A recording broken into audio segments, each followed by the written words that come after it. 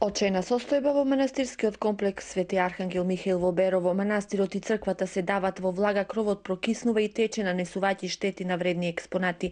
Јавна тајна е дека монахињите немаат доволно огревни дрва за да зимуваат, а освен лошиот кров над глава им тежат и неплатените сметки за струја.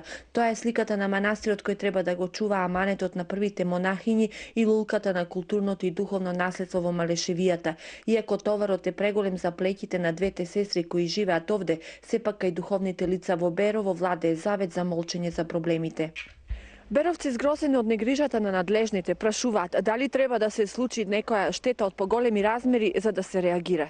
Ама ја не се загрижува, кој знае, он тече озгоре се, крово му тече, па викаше че го препокрива, па нема ништо. Последните туристи што тука ги донесовме видеа страшена гледка во самиот двор и голема депонија од позади манастирот. Остарело е и треба да се препокрива. Треба да се препокрие, а иначе тоа што е дека е ново, не тече.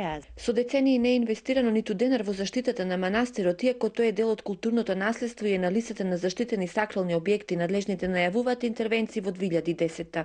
Таму е слабоста и покривната конструкција, бидејќи лоша состојба овозможува лоша ситуација внатре во објектот.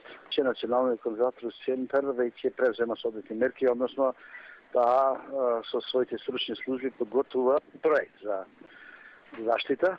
Манастирот е изграден на почетокот на 19 век од малешевки кои во скутовите носеле материјал за да го изградат и да се сокријат и спасат од потурчување. Затоа е изграден под патот за да не се гледа. Денес е атрактивна дестинација на туристите во Малешевијата.